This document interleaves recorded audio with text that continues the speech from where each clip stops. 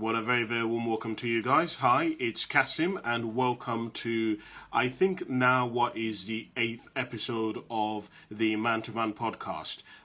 Firstly, want to start off by thanking you very much for joining me. Want to thank you very much for taking the time to listen or watch or whatever platform you may be sort of hearing me from. But I really, really want to take the time to just thank you very, very much for helping me to really realize a dream that I have, which is to help men to become a higher, fuller expression of who they're capable of becoming.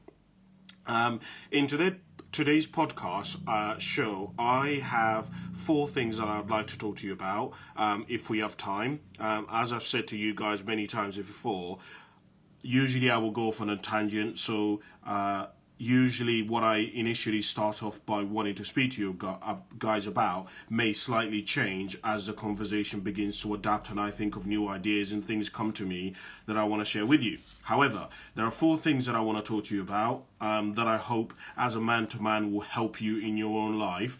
The first one is that don't be scared of the transition period. And in talking about the transition period, I want to talk about the fact that, listen, every single one of us in life, if we want more, if we want to expand our definition of anything, if we want to grow as human beings, there is a gap that we have to go through where we're kind of tired of where we've been, and we're kind of trying to make our way to where we want to go, but we're not actually there.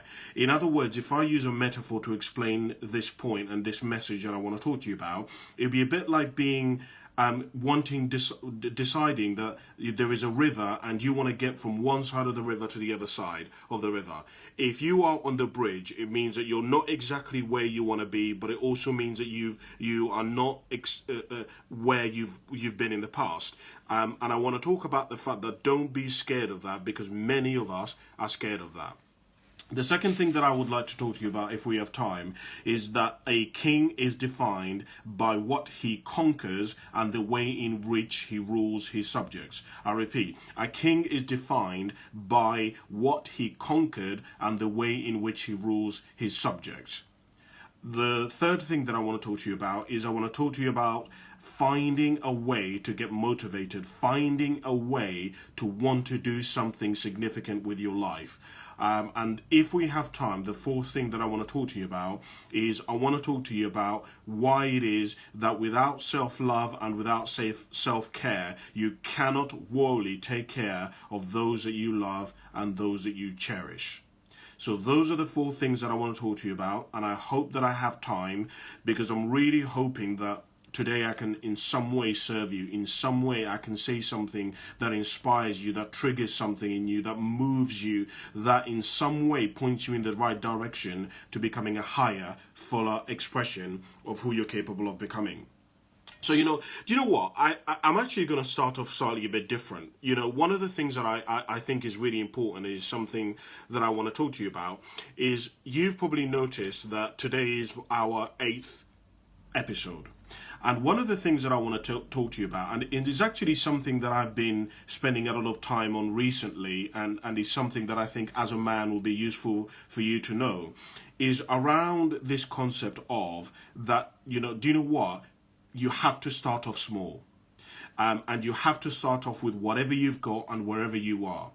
So many of us in life, we want things out of our life, whether it be we want to go traveling, we want to get into a relationship, we want to gain more confidence, we want to have more self-esteem, we want to progress in our careers, we want to be financially better off or financially stable, we want better vitality in our lives, we want to get to a point where we have peace in our hearts, where we have peace of mind.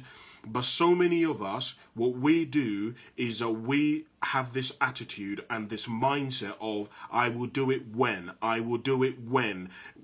am comfortable, in the summer, in the winter. I will do it when I'm more educated. I will do it when I'm older. And one of the things that I would recommend to you is, look, use me as an example.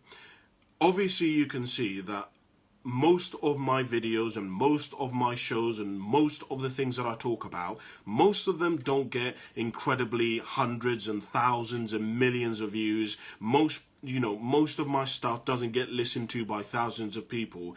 But you know what?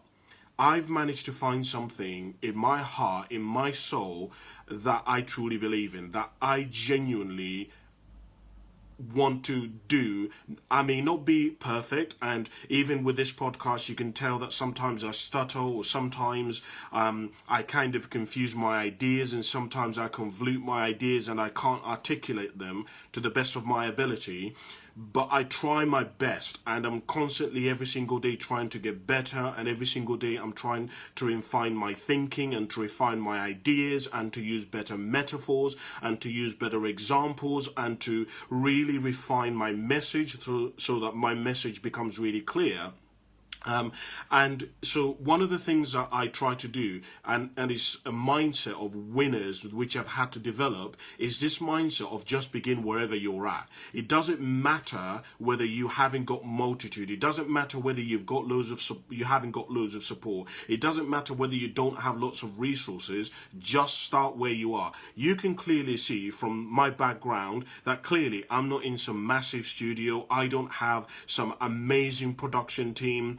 This video that I'm sharing with you today, and this show that I'm filming, I don't have some amazing kind of recording studio that I'm recording this on. I'm recording this show today on an iPhone for those of you who are watching it. So I don't have some amazing technical £2,000 camera that I can share with you and you can watch me on in 4K or whatever. But I'm doing the best that I can. I'm doing what I'm able to do. And what I have found in my life is that every single time you do the best that you can do with what you've got, opportunities begin to present themselves, or windows begin to open up for you in your life. And so what I would share with you is, if there is something in your life that you genuinely believe in, if there is something in your life that you think is worthwhile, if there is something, I mean, to the degree, hold on a minute, let's just go back a minute. To the degree that you've just obviously just heard, you may have heard a motorbike just going off in the background. You know, I don't have some special studio where, you know, I can be really quiet and I can record the best sounds. I have to do it in amongst my life and amongst working and in amongst seeing family and friends and all of this kind of stuff. And so if you have a dream, if you have a goal, if you have an objective, if there's something that you believe in, if there's something that you want to fight for, if there's something that you would like to achieve, or a vision that you would like to see manifest in your life, I would highly recommend to you that you just begin. It doesn't matter whether you have loads of support. It doesn't matter whether you build and have an amazing team around you. It doesn't matter whether you are even confident enough, or you even have the level of vision, or you have the finished vision. I just ask you to start. I just ask you to begin. I just ask you to activate whatever resources and whatever energy and whatever input that you've got into whatever it is that you're doing. Don't worry about having loads of all the other things. In all honesty, all of those things are really just the icing on the top. Right? If somebody, like for example, I remember I was studying Ed Sheeran, and I was looking at how can this man, or this young man, Ed Sheeran, come from nothing, come from playing, good afternoon, Trevor. I was fascinated with how can you have this young man, Ed Sheeran, come from playing on the streets to playing arenas. And one of the things that I found was that many people don't realize that Ed Sheeran put in the work. Ed Sheeran deserved to get the success that he had in his life. And one of the things that I've come to realize in my life is that life doesn't give us what we want. Life gives us what we deserve. If you go into a field somewhere near where you live, if you're lucky enough to have a field or have farmland near where you live, you will know that the farmer, when he gets a really good crop, it is not out of luck. It is not because he wants a really good crop. He's got the really good crop because he deserves it. He went and bought the seeds. He went and planted them. He went and fertilized the soil and fertilized the ground and fertilized the plants. He made sure that the plants were protected and well looked after and were watered and all these other things. He deserved to have that harvest. And what I would ask you to really think about in your own life is, can you honestly say that some of the things that you want in your life, you really, really deserve them? Can you honestly say that some of the things that you really, really, really, really would like to have in your life, that you've put in the work to get them? Because tell me if I'm wrong here, but my observation about life has been that we all hate people who basically get lucky, who basically get given stuff, who somehow they seem to have jumped the queue or jumped the line and have managed to achieve or get something which they didn't really put in any work to get. And you may think, yeah, Cassim, I agree with that. But if we actually observe your life and we begin to look at your life, we will, in a lot of circumstances, and I speak from experience here when I talk about this, we will tend to find that you're trying to get something which you have not put in the work, something which you yourself do not deserve, something which you yourself have not sweated and really committed to. And honestly, people around you, people who've observed you, people who've hated you can say, do you know what? You genuinely deserve every success that you've got. You genuinely deserve the happiness and the joy and the relationship and the abundance in your life, because you know what? You've struggled, you've overcame, you've really put in the work. And I would ask you to really consider and ask yourself whether in your own life, in the different areas of your life that you consider to be important, whether you've really put in the work. Some of you who are listening to me, one of the things that you would like is you would like to have emotional vitality. You would like to have self-confidence. You would like to be the kind of person who believes in purpose, somebody who is wise. But the question that I would ask you to consider and ask yourself is, can you honestly say that you've put in the self-love work, that you've put in the personal development work, that you've journaled, that you've really gone through a journey of self-discovery, that you've fallen over and you've risen back up again, that you've learned things about yourself, that you've learned from your mistakes, that you've reflected on your life, that you've asked for feedback from people who you know are your confidants, people who want you to do good in your life, that you've actually refined your life as you've got better. And you're not one of these people who keeps making the same mistakes over and over and over and over and over and over again, and you still haven't learned from your life. And so that's just something that I wanted to begin today off, and is something that I would ask you to really think about and begin to consider. As we continue talking, the next thing that I wanted to talk about is actually what at the beginning of today I wanted to talk to you guys about, which was around this concept of the fact that a king is defined by what he conquered and the way in which he ruled his subjects.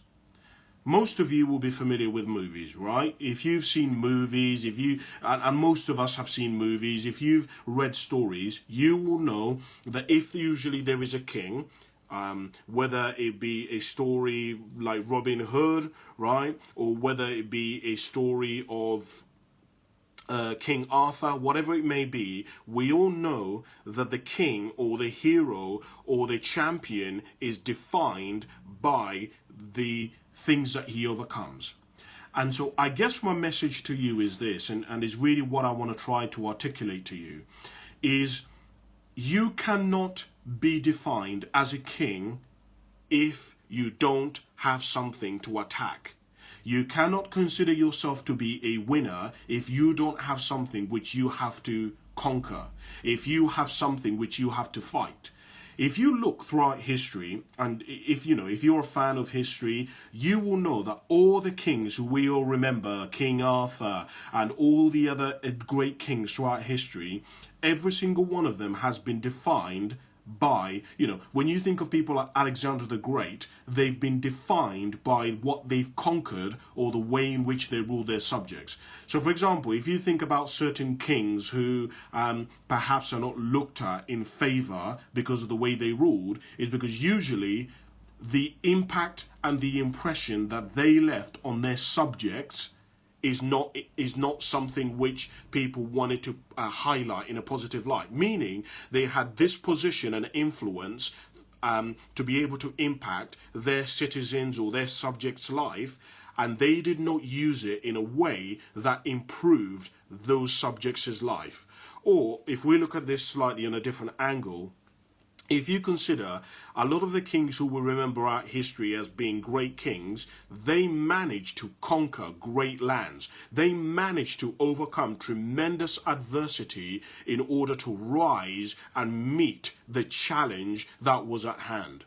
So what am I trying to say? I'm trying to say to you that your life is going to be primarily defined by so either by what you overcome, i.e. your challenges, i.e. your stammer, i.e. your lack of confidence, i.e. the fact that you don't believe in yourself, i.e. that you don't have a purpose, i.e. that you were brought up in poverty, i.e. that you have a band and you want to make it big, but you don't have anybody in your family who's ever made it big. Right? Your life is either going to be defined by what you conquered. People will remember you for what you overcame, or the other is by the impression that you left on your subjects. In other words, by the way you made people in your life feel, or the way, the impact that you had on the people in your life during your life. And I want to say to you that many of you who are listening to me, if we begin to look at your life and we begin to observe you, and maybe you may be saying, Cassim, you're being a bit harsh, but we're talking man to man here, so I want to really level with you and be upfront with you, because you might never have somebody who is this upfront with you. If we really observed your life and we really took a good look, the reality is that some of you, if we look at the way in which you've been interacting with people in your life, the reality is you are not a blessing to other people, you're actually a curse. You don't lift other people up in your life. You don't tell people that they are capable of doing stuff. You don't support people. You don't go and say, if you know that one of your friends wants to achieve something, you don't go out of your way to ensure that you help them. That is not you. You are a cancer to people's life, not a cure into their life.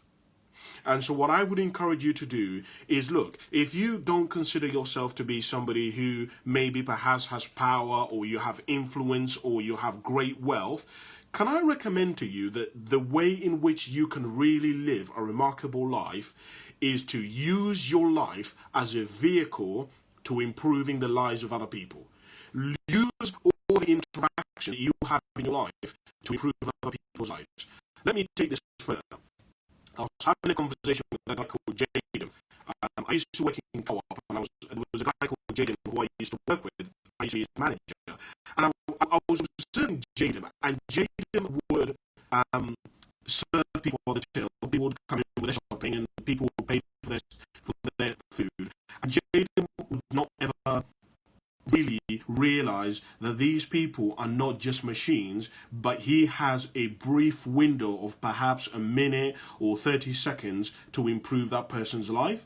So I said to Jaden, when customers come to the till, what do you think about? And he said, well, nothing. And I said, can I make a suggestion? When customers come to the till, why don't you, in the back of your mind, think, what can I do to make this interaction with this person better? What can I do to make sure that the interaction that I'm going to have with this person makes them believe in humanity again, makes them believe the world is not that bad, that their day is going to improve, that things are going to get better, that they are significant, that they're important. One of the things I've had to come to realize in my life is really about the importance of understanding that really one of the highest kinds of acts of manhood that you can do is to recognize somebody's existence. That, what I've just said, is so important that I don't think most people really understand it. Let me repeat it because it's so important. One of the highest acts of manhood is to recognize somebody their existence, to basically show somebody that they matter, that they are seen, that they are heard, that they are significant. Understand, this is where, it's really interesting for me, because many of you will know I've spent a lot of time studying people who've come from the bottom and have rose to remarkable heights in their life.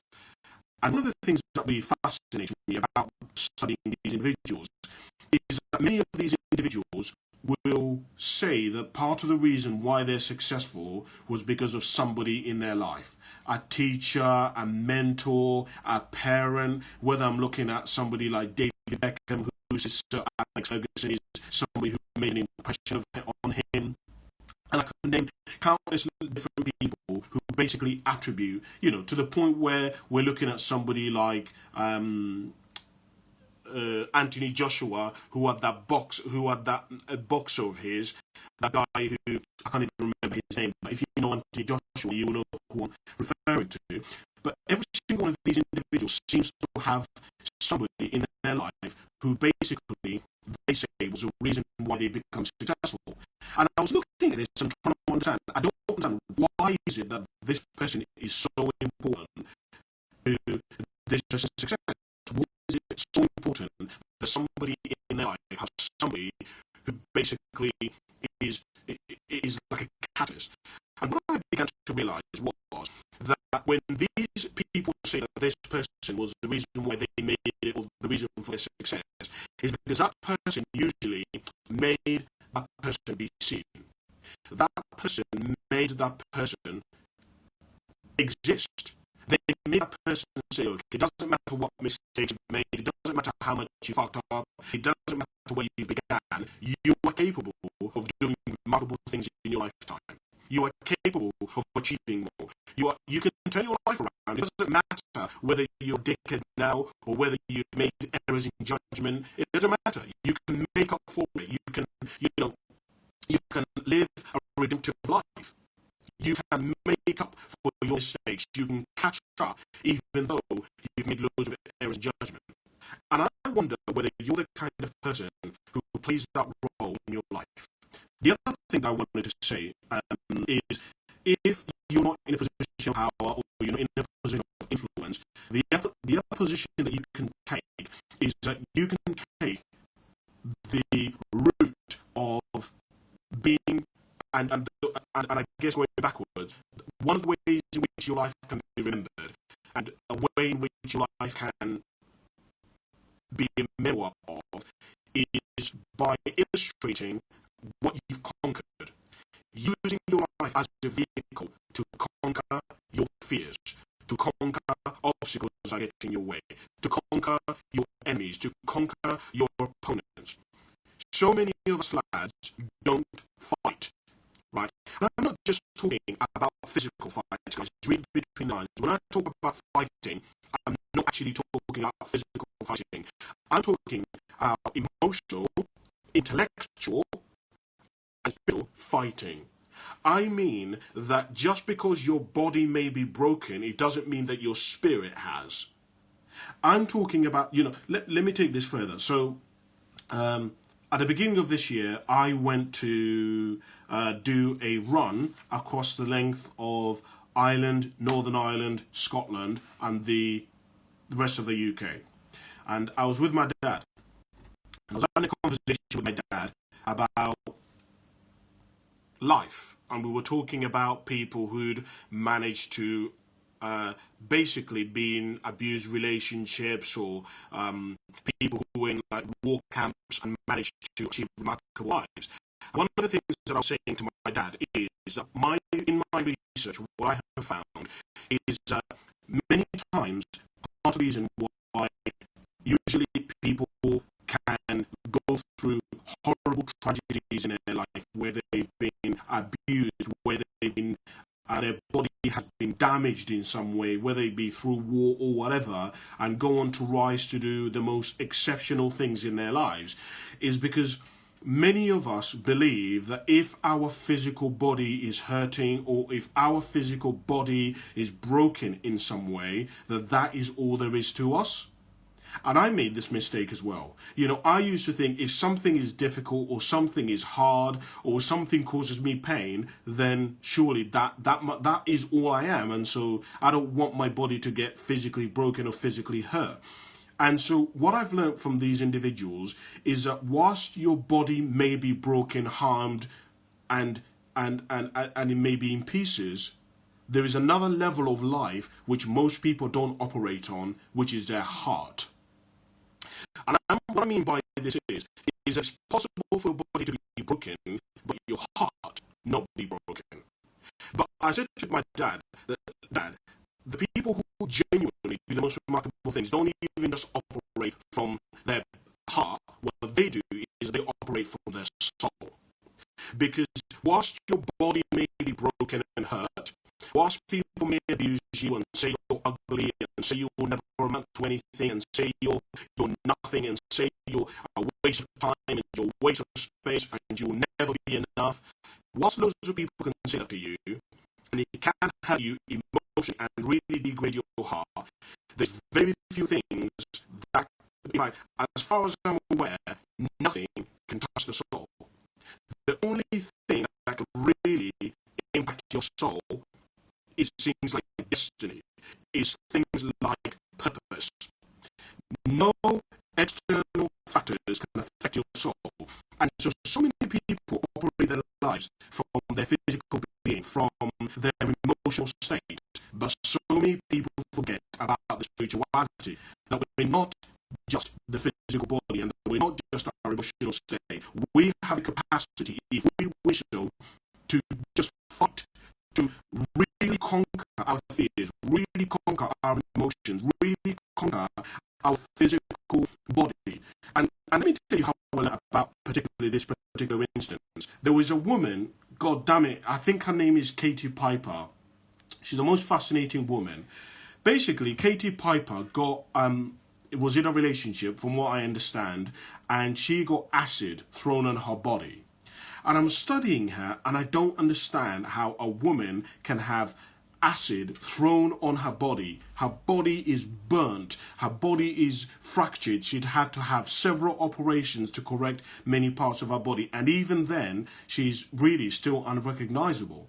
And I'm wondering, how can this woman be stronger, even though she went through that? I mean, if I went through that, I'd be broken, right? I would think that I'm unlovable. I would think that nobody could ever accept me. And yet she's come through with vigor, with strength, with power, right? She's managed to conquer many of her fears, many of her obstacles. And I wanted to know, how can that be possible? And what I began to realize was that this woman does not operate from the same parameters that most people operate on. Most people operate on motivation. This woman is operating on instinct, on purpose, on mission.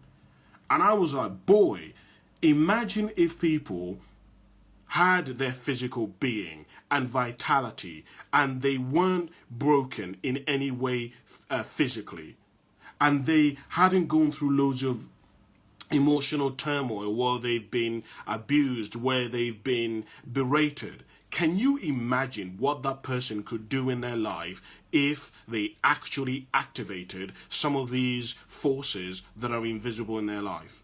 So what I would encourage you to do in your own life is fight. Fight for your health. Fight for your family. Fight for your dignity. Don't allow things to stop you. Don't allow people in your life to tell you what you are going to amount to, what you are capable of achieving. How can anybody in your life possibly tell you what you can do when you yourself aren't really too sure what you can do? It's just something that I just speaking man to man that I wanted to really just talk about and really discuss with you. Don't really look at that and don't allow where you've been, what you've been through to stop you. You are capable of so much more than where you is that you started, and so much more than what you've produced so far in your life. The other thing that I wanted to talk to you about, and it's something that I've been thinking about deeply, is around the fact that without self-care or self-love, you cannot possibly wholly take care of others who you love and cherish. This is a principle and a key to life that I think most people know. We've heard it. We've heard it from our parents, we've heard it from our doctors, we've seen it in movies, we've seen it in literature, we've heard it at school. You've got to take care of yourself. You've got to take care of your health, you've got to take care of your emotional state. You've really got to really feed yourself on positive things. Most of us, I would say, as a general rule, and I'm generalizing here, would have heard this message and principle preached to us at some point. And yet so many of us in life don't operate our lives from that philosophy. We don't operate our lives from that space. And what I would encourage you to do, as we're talking man to man here, is that you as a man cannot possibly truly serve your family if you are not really aware of what you are going through, if you yourself are ill. And so many of us males, it's interesting when I look at the data, because when I look at the data tells us that so many of us males don't go to the hospital, and many of the problems that we suffer problems are avoidable, right? And what I really want to encourage you to do is to really develop self-awareness. And what I mean by this is that many of you who are going to be listening to me are going to be saying, do you know what, Cass? I'm glad I'm not one of these people who you're talking about, because I have self-awareness. I'm really attuned to myself and what I think and what I go through and what I've experienced and how the philosophies that I have and how I operate my life. Many of you are going to be saying that. And what I would encourage you to do is what I actually have as one of my videos that I do every week, which is to begin a journal entry process where you begin to write down what you believe, what you stand for, things that you're experiencing, because it's going to force you to really deal with yourself. A lot of the time, us men, we don't want to go to hospital. We don't want to go and see a psychiatrist. We don't want to go to see a therapist. We don't want to go and see a psychologist. Our ego kicks in. But what every single one of us can do is that we can write a journal. And some of you may be saying, well, do you know what? I have a missus. I can't really be journaling at home. So do you know what I would say to you? Journal in the car. On your way home, stop for 10 minutes and journal in the car about how your day has been, about how you want to show up for your family. Talk about who you want to be. Talk about where you want to be. Talk about the kind of person who you would like to show up in the world as. Talk about the kind of energy that you want to bring and present whenever you're in other people's company. What kind of energy do you want to present to the world? You want to begin to think about, as a human being, either people are looking at you and saying, I want to be like you, or people are looking at you and using you as a comparison for what they don't want to become. And my question to you is, when people look at you in your own life, do people look at you and say, do you know what, I want to become like fill in the blank. I would like to have the same energy as fill in the blank. I would like to be as positive as fill in the blank. I would like to be as attuned and have a relationship like fill in the blank. Or, on the other hand, do they say, I want to be anything like fill in the blank? Do you know what? I hate the way fill in the blank is. Which one of those? Are you an asset? Do people want to be more like you? Are you a role model? Are you an inspiration? Or do people flee and run away from you in your own life? And that may mean, and this is, I think, where leadership comes in, because that may mean that you may have to step up in terms of leadership. That may mean that you may have to step up in terms of, I want to be a better father. I want to be a better human being. Do you know what? At the moment, I don't really take care of my vitality, of my health. I don't really work out regularly. I don't really go for walks. I don't really go for cycling. I don't go swimming, right? I cannot tell you the amount of men who are in me, and in the last 10 years, they have not done any physical health, any physical exercise on a regular basis. I mean, it's unreal, even though most men know that there is a direct correlation between your mental state, between your vitality, between the flexibility and the strength and the energy that you have and the amount of physical as you do. We know this, right? We know that when you don't do a lot of exercise, you're not as energetic, you're not as attuned, you're not as focused. We know this. And so what I would encourage you to do, I don't want to keep berating you and beating you down. What I want to encourage you to do is to step up, is to rise to a better vitality of yourself, is to rise to being a better version of yourself, being a better human being. Would people consider you as a kind person? Maybe that's something that you hadn't even worked on. Yes, you may be great to your missus, but at work you're a fucking cunt, to be blunt. People don't like you in your work, right?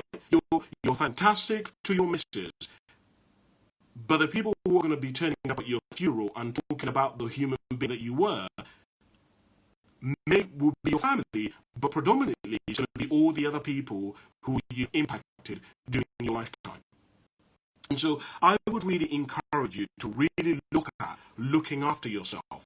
And I mean not just physically here, I mean emotionally. Because what's the whole point of having great health, but emotionally there is a tornado going on in your mind. It's chaotic in your mind. And as I say, that may mean lowering your ego and taming your ego and going to counseling and going to speak to a therapist and journaling and speaking to your missus about problems and going to groups and talking about it. That may mean that you may have to be somebody who listens to music that is not hardcore rock, but is something more classical so that it can evoke different emotional states within yourself. What I mean by this is that you've got to activate some of the invisible forces such as spirituality in your life. And I'm not talking about religion. There is a difference between religion and spirituality. Spirituality is about the understanding that clearly there are some invisible forces we don't understand, that we don't get, that we cannot see. For example, to use a very simple example, of this would be a tree. You know that if you plant a tree in a seed in the ground and you water it and you give it sunshine, you know that it will grow. But there is something that is making it grow that we don't know. We don't know. We don't understand it. We cannot articulate it. Scientists have tried to figure this out, but we don't know what it is. There is a force. There is an energy. There is a flow that allows the seed to grow into the sprout, to sprout and become the fruit or the stalk or whatever it is that it eventually becomes. We don't know how that happens. That's got nothing to do with religion, right? We know that, for example, an invisible force is love. There is no way that we can articulate love. We don't know how to. In fact, poets have tried for thousands of years to try and articulate what love is, right? Artists have tried to articulate what love is, but we've been finding it difficult because there is something about this force, about this energy, about this interaction that we have called love, or we use the word love to describe it, we don't understand.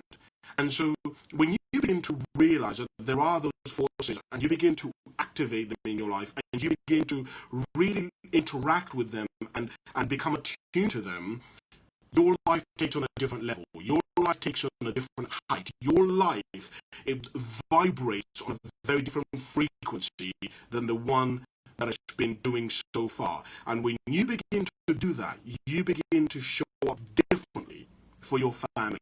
You begin to show up differently at work. You begin to show up differently in your friendships. I would encourage you yourself to think about also. The other thing that I wanted to talk about, just speaking to man here, that I think is really important, is around this concept of finding a way to get motivated. So this is something that I actually add today, because usually when I do the planning for what I'm going to talk about in these shows and podcasts, I usually think way in advance so that I can have time to think about ideas and think about what I want to articulate and think about the message. But I added this point this morning because it was so important. This morning I observed, well, I haven't just observed this young man, but it was a guy that I've been observing quite some time. His name is Aaron. Aaron vibrates on a very different frequency than most people do. Firstly, Aaron has two jobs. He not only has a job in the morning, starting at 5 o'clock in the morning and finishing at 1, but he also has an evening job where he starts work at like 3 o'clock and finishes work at 9 o'clock. And I said to Aaron, Aaron, I don't understand. You've got to explain to me why it is that you're so motivated. I don't get it. Right? Because most people are not motivated. Most people would consider that ridiculous to be working that many hours and to be working that many days. So you've got to explain to me, I don't get it, I said to him. I don't understand why you're so motivated. And I'm going to repeat word for word what Aaron said to me.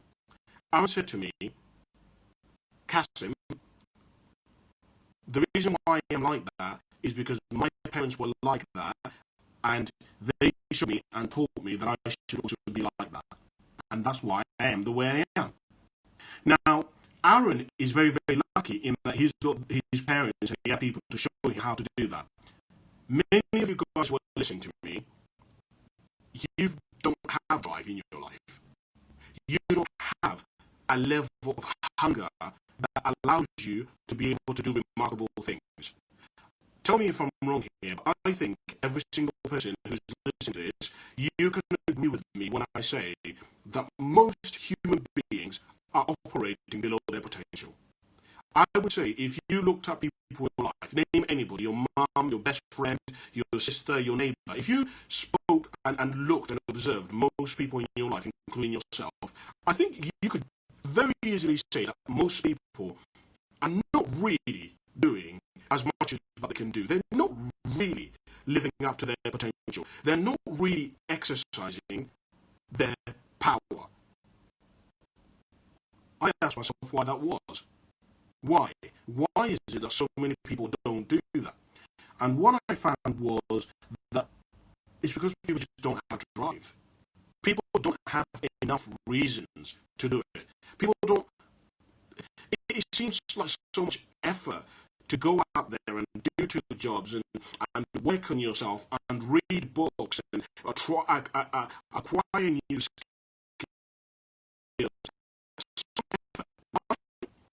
And what I've come to realize is some people have been brought up in families where this work ethic, where this drive was instilled in them at a very young age. But unfortunately, that is the minority. The great majority of human beings don't have that drive. And I would highly, highly encourage you, talking to man here, that all the great things of life, relationships, wealth, connection, love, passion, all of those things lie on the other side of drive. You cannot possibly get into a relationship unless you are driven enough to, and most of you know what I'm talking about here, you will be driven enough to basically withstand the annoyance that girls give you when you're trying to just get with them. Right? The constant worry and the constant manipulation, and sometimes you just think, breathe, right? And she's annoying you, and she's asking ridiculous questions, and she wants stuff, and she's jealous and this, and she takes what you just said, manipulates it, and turns it against you, and you're like, that's not anywhere near what I've just said. And unless you're driven, you cannot get to the level of relationship where you have somebody who's loyal to you, where you have somebody who will stick with you through thick and thin. You can't even possibly even get to that stage unless you have a level of drive. To get to the level of financial income where you even attract women, because I think most of us men by now pretty much know wealth does attract. Wealth is an attractive thing to women. We know this. Women are driven very much by financial security, right? Women as a general rule, and again, I'm generalizing here, of course there is exceptions to every single rule, okay? I would say women as a whole, if I ask 1,000 women, how many of them, if their husband or boyfriend had enough money that they didn't have to work, how many of them would go to work? I can say that most of those women, and I'm talking more than 80 to 90% of them, would say that they would not work. Some of them would say, as a general rule, maybe I might do 10, 15 hours a week at a job. But the great majority of women don't want to be in a position where they have to work. Most women like to have the choice of going to work and working if they want to, but most women don't want to have to work out of necessity. They'll do it because they have no choice, right? They have no boyfriend, they have no husband, to be independent, they like self-confidence, they like self-reliance. All of those things, of course, come into play. But the great majority of them would rather not have to work.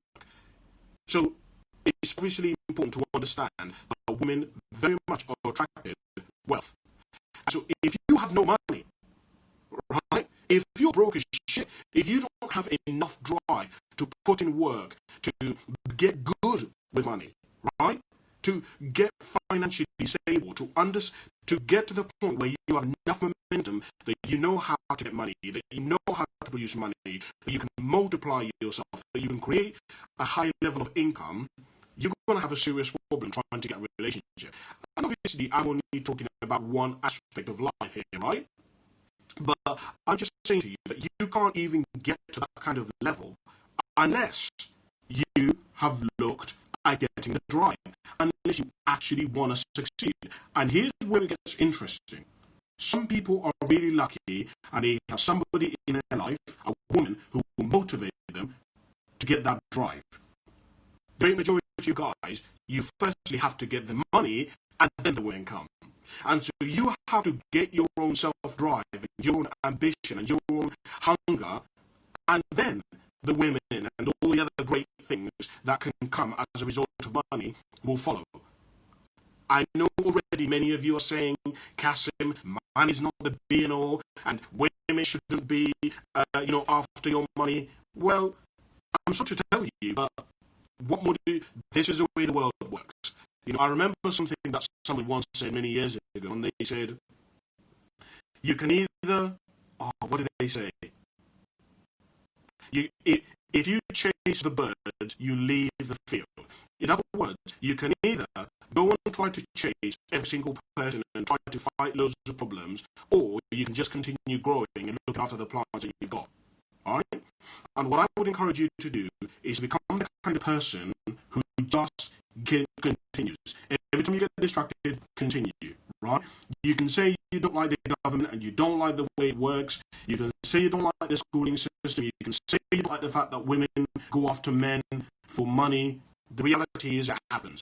So you can either go and spend loads of time trying to fight it, or ride that wave, to quote unquote, say, metaphorically speaking, right? And so I would really encourage you in your own life to develop drive. I don't know what you need to do, but you need to figure out a way to become the kind of person who is driven. I've studied lots and lots of, as I've mentioned throughout today, loads of people who started from the bottom and have rose to incredible heights. And there are two pieces of advice which is given by all successful people. Two pieces of advice. It's the same piece of advice in every autobiography that I've ever read. Right? It's the two most common pieces of advice. Number one, the first piece of advice is do not give up.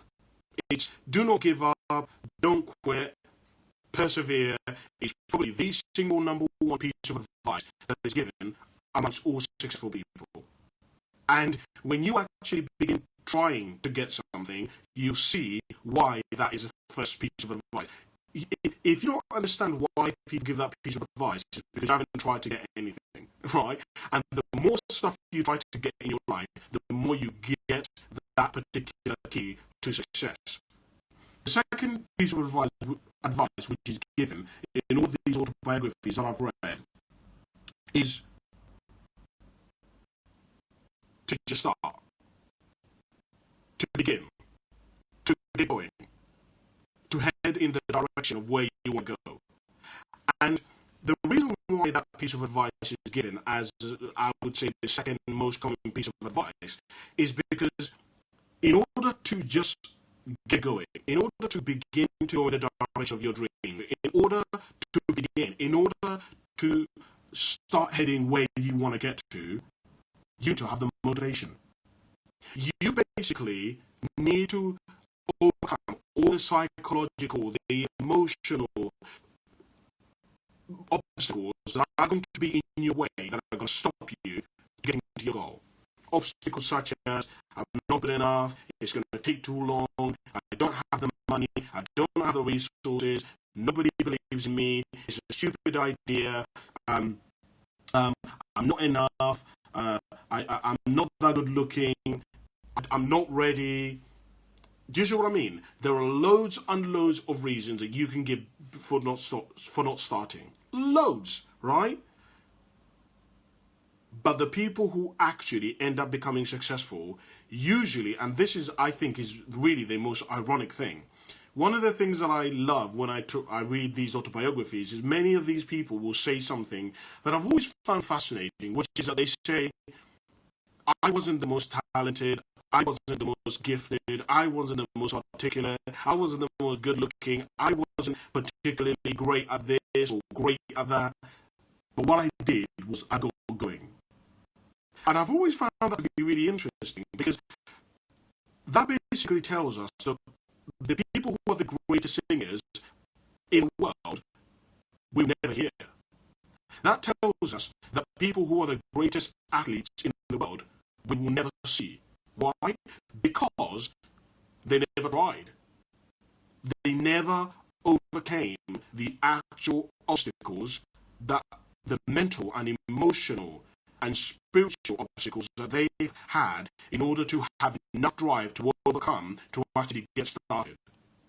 And what I'm saying to you is this: if you don't learn to activate and get that drive in your life, and get that ambition, and get that hunger within yourself, the rest of the world is going to miss out. Because many of you guys have heard me say on multiple occasions that I believe that every single human being has something to offer this planet. Everyone.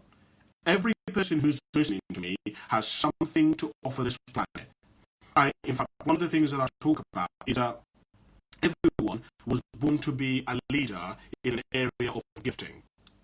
I believe that every single one of us was supposed to be a leader, a CEO in an area of gifting, in an area of life. That area might be to be a father, it might be to work in Tesco's, it might be to be a manager, to be an entrepreneur, to be a dog groomer, to be somebody who's a singer. But every single one of us, based on our life and our experiences and our exposures and our influences, we can do things that are on the outside similar to other people, but the way in which we do them is different. The example that I use a lot is Michael Jackson and Prince. Michael Jackson and Prince both sang. That is what at the core of what they do, they both did. And yet they use the same gifting in a completely different way. No one can say that Michael Jackson was greater than Prince, or Prince was greater than Michael Jackson, because they took the same gift, but they applied it in completely different ways, based on their influences, their upbringing, their hunger, and all the various other things. And what I'm saying to you is that as you listen to me today, I'm telling you there is something that you have which is unique to you, based on the way that you've been brought up, on the influences that you've had, that allows you to be able to impact this generation. I talk about the fact that many people are going to be generational thieves. And the reason why I say that is because many people are going to take with them whatever this generation was supposed to give them. If you die with whatever you were meant to do inside of you, you will do and apply what I actually believe at the core, which is that the wealthiest place on the planet is graveyard.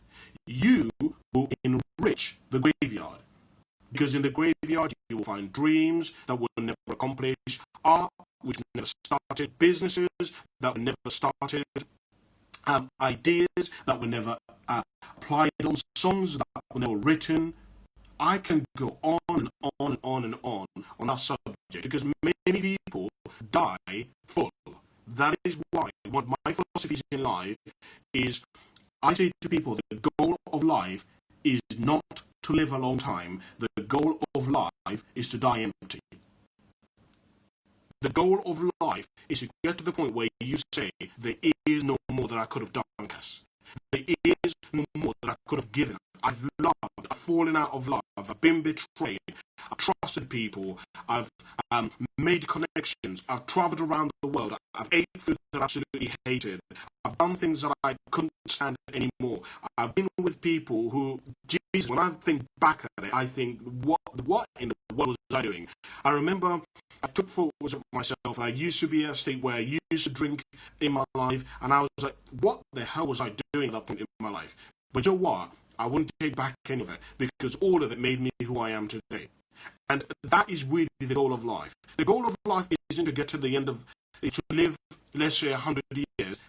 But when you get to 100 years, say, you know what, I should have done this, and I should have done that, and if I'd only taken care of this, and if I'd only tried that, or if I'd only given this a go, that is not, in my opinion, a life well lived. And I would ask you to really look at that, and that is why I say to you, it is so important that you begin to get motivated, to begin to develop drive, to want to do things. You know, I said to you guys on many occasions, many occasions, that the reality of life is that the world does not expect very much from you. The world essentially expects two things from you. Number one, three. Number one, do not kill or harm or try to stop other people from getting what they want. Don't kill anyone. Don't stop other people from getting what they want, as long as what they want doesn't in some way try to harm other people, right? And the second thing is, get a job, okay? I think everyone would agree, in life, you need a job, right? To be a functional member of society, you need a job, you need an income. And the third thing is, pay your taxes. I think every single person across this globe would say those three things are the bare minimum that we kind of are looking for. Get yourself a job, don't try to kill or harm or stop anyone from getting what they want, and just pay your taxes. That's kind of what we expect from people. Beyond that, most people don't really expect much more. And so the onus is on you as to whether you do more with your life. The onus is on you if you manifest your greatness. The government does not require that you live out your destiny. The government does not require that you go to university, that you become a CEO, that you go and live out your dreams. That is not a requirement. People don't expect that from you in society. Your neighbor doesn't come around every day and ask you, are you becoming a CEO? Are you becoming a manager? Are you living up your potential? Your neighbor doesn't give a shit about that, right? That's your choice whether you do that or not. But your neighbor would be concerned if you stop going to work, if you started all of a sudden stopping other people and harming other people and like trying to stop other people from getting what they want. And they would definitely be interested if you stopped paying your bills and you stopped paying the tax and you stopped looking after you. Do you see what I mean? They would be very concerned and would want to participate in your life, right? And so what I would, just to finish off today, what I would encourage you to do in your own life is really take a good look at your life. Start really examining yourself so that you can really show up for your family and your friends and your co-workers and people who you interact with. Battle and fight for your life. Fight for what you want. Use your life as a vehicle in some way to improve the lives of other people. And to finally finish off, find that anger. Find that thing that turns you on. Find that drive that allows you to be able to do the most remarkable things. That's what I want to share with you this week. I don't know whether it's been useful for you as we talk man to man or not, but it's just some things that I was thinking about that I think as males are really important that we know. So that's this week. Don't forget to like and subscribe to my channel, Cassimotive, on YouTube to get more of this kind of stuff. Thank you very much for watching, guys, and I shall speak to you